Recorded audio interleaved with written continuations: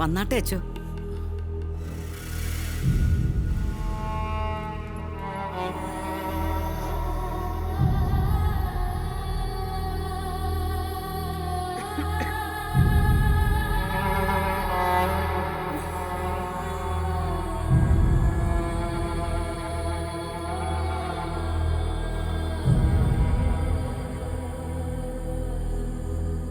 ഇരിക്കച്ചു.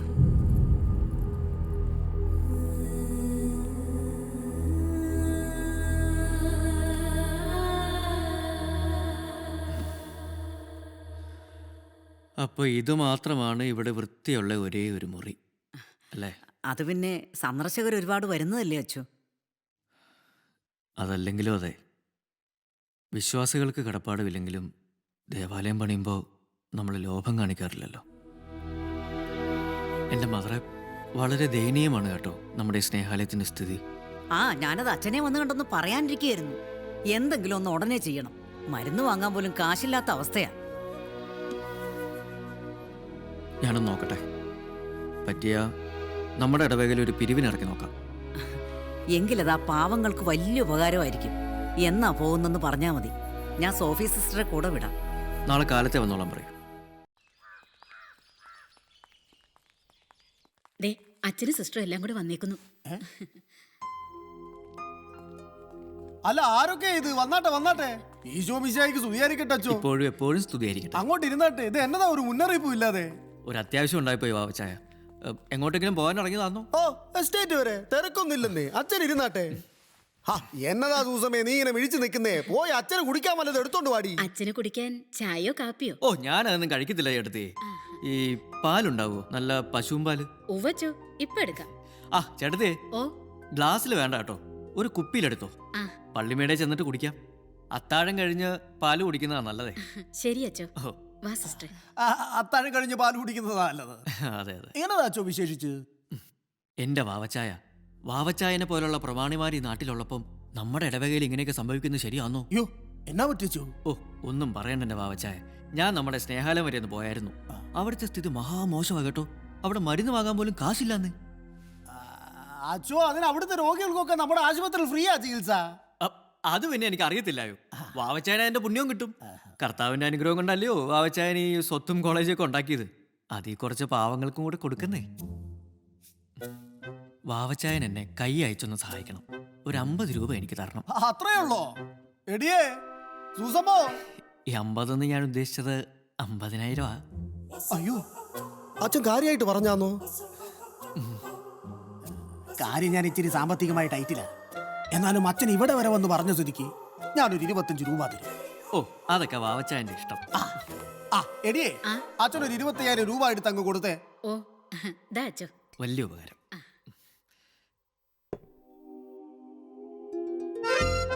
ആഹാ, കറിയാച്ചൻ ഇവിടെ ഉണ്ടായിരുന്നു. ഇന്ന് അവധിയല്ലയോ? ഇങ്ങ് വാ. Good morning father. കറിയാച്ചോ, ഞാൻ പറഞ്ഞിട്ടുണ്ട് ഈശോ മിശിഹായ്ക്ക് സ്തുതിയായിരിക്കട്ടെ എന്ന് തന്നെ പറയണം. ദാ അച്ചോ. ദാ സിസ്റ്റർ, ഇത് ഇവരുടെ ഡിപ്പാർട്ട്മെന്റ് ആണേ. എന്നാ വാവച്ചായോ, ഞങ്ങളൊക്കെ പതുക്കെ ഇറങ്ങിയേക്കുവാ. ഓ, ചേട്ടത്തിയേ, ഒരു കവറും കൂടി ഇങ്ങ് എടുത്തോ. മുന്തിരി രക്തശുദ്ധിക്ക് നല്ലതാ. അത്താഴം കഴിഞ്ഞ് കഴിക്കാം.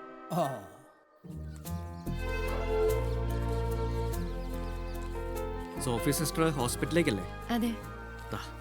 ഇത് നമ്മുടെ ത്രേസ്യ ചേട്ടത്തിക്ക് കൊടുത്തേക്ക്. ശരി. വാവച്ചായൻ ഇതൊക്കെ കഴിച്ചാൽ ഷുഗറും കൊളസ്ട്രോളും കൂടുമെന്നല്ലാതെ വേറെ ഒരു ഗുണവുമില്ലെന്നേ. ഞാനെന്നാ പള്ളിയിലോട്ട് ചെല്ലട്ടെ. ഇന്ന് കുട്ടികൾക്കുള്ള ബാൻഡ് പ്രാക്ടീസ് തുടങ്ങാം.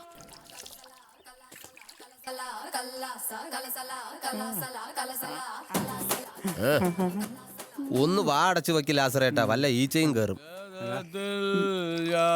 സ്വർഗയാത്ര ചെയ്യുന്നു. ജോസേട്ട ഇന്ന് നല്ല ഫോമിലാണല്ലോ. ഇടവകയിൽ ആരെങ്കിലും കാഞ്ഞു പോകാൻ വല്ല ചാൻസ് ഉണ്ടോ ജോസേട്ടാ? ഒന്നും പറയണ്ടടാവേ. നമ്മുടെ പുത്തൻ പോരേക്കലെ ചേട്ടത്തേക്ക് അന്തികുദാശ കൊടുത്തിട്ട് ദിവസം 14 കർത്താവിന് ഇപ്പൊ പഴയതുപോലെ ഒന്നും ആരെയും മേപ്പോട്ട് വേണ്ടെന്നാ തോന്നുന്നത്.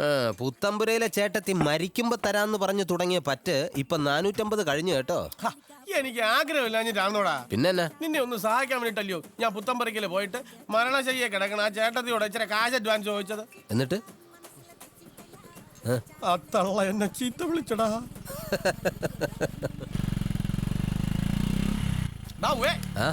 പക്ഷേ നിനക്കൊരു 10-600 രൂപയുടെ കള്ളൊക്കെ എനിക്ക് കാണാൻ തരാം. അതേത് വകുപ്പില? നിന്റെ ശവക്കുഴി വെട്ടണ വകുപ്പില്. ആ കാശ് പിന്നെ നിന്നോട് ചോദിക്കാൻ പറ്റുമോ? ഈ കരുനാക്ക് വിളച്ച് എന്നേലും പറഞ്ഞാലുണ്ടല്ലോ. കർത്താവെ, അച്ഛൻ ഇങ്ങോട്ടാണല്ലോ വരുന്നത്. ഏതച്ഛൻ? വികാരി അച്ഛൻ. വികാരി അച്ഛനോ? റിമോട്ട് എവിടെ? ഈശോയെ, ചാനലും മാറുന്നില്ലേ? മകൻ എന്നോട് പറയാ, ഡോക്ടർ ജോൺ, ദൈവത്തിന്റെ വചനം ഇങ്ങനെ പറയുന്നു, നീ വിതയ്ക്കുന്നത് കൊയ്യും. എന്റെ മനസ്സിൽ ഒരു സ്വപ്നമുണ്ടായിരുന്നു.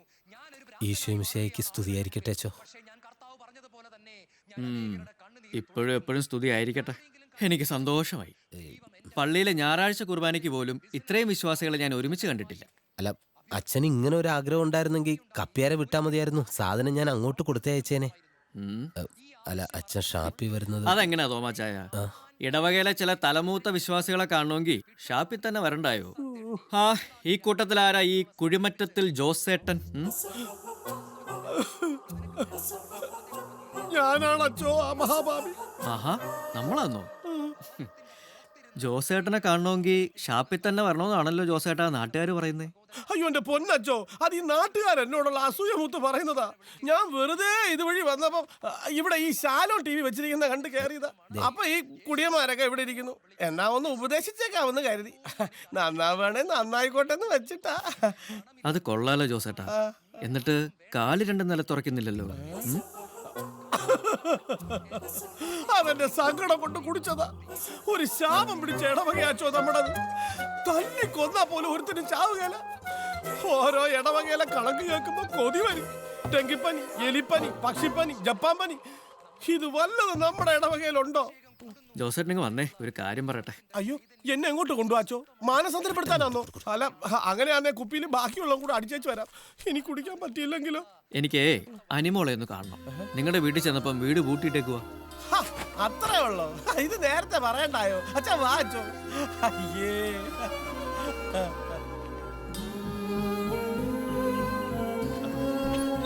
അച്ഛൻ വന്നാട്ടെ. അവളിവിടെ കാണും. നമ്മുടെ ചാരാത്ത ഫിലിപ്പോസ് മുതലാളിയുടെ വീടാ. ഇവിടെ ആള് താമസമില്ല. അനിമോൾ ഇടയ്ക്ക് വരും, തൂത്ത് വൃത്തിയാക്കി ഇടും. ഇവിടുത്തെ താമസക്കാരൊക്കെ എവിടെ പോയി? ഇവിടെ ആരും താമസിക്കാറില്ല. പ്രേതബാധ ഉണ്ടെന്ന്. പണ്ട് ഏതോ കുടുംബം ആത്മഹത്യ ചെയ്തിട്ടുണ്ടെന്നാ കേൾക്കുന്നത്. എന്നതായാലും ഈ വീടും മുറ്റുമൊക്കെ തൂത്ത് വൃത്തിയാക്കുന്ന വകയില് മാസം 10-200 രൂപ അനിമോക്ക് തടയുന്നുണ്ട്.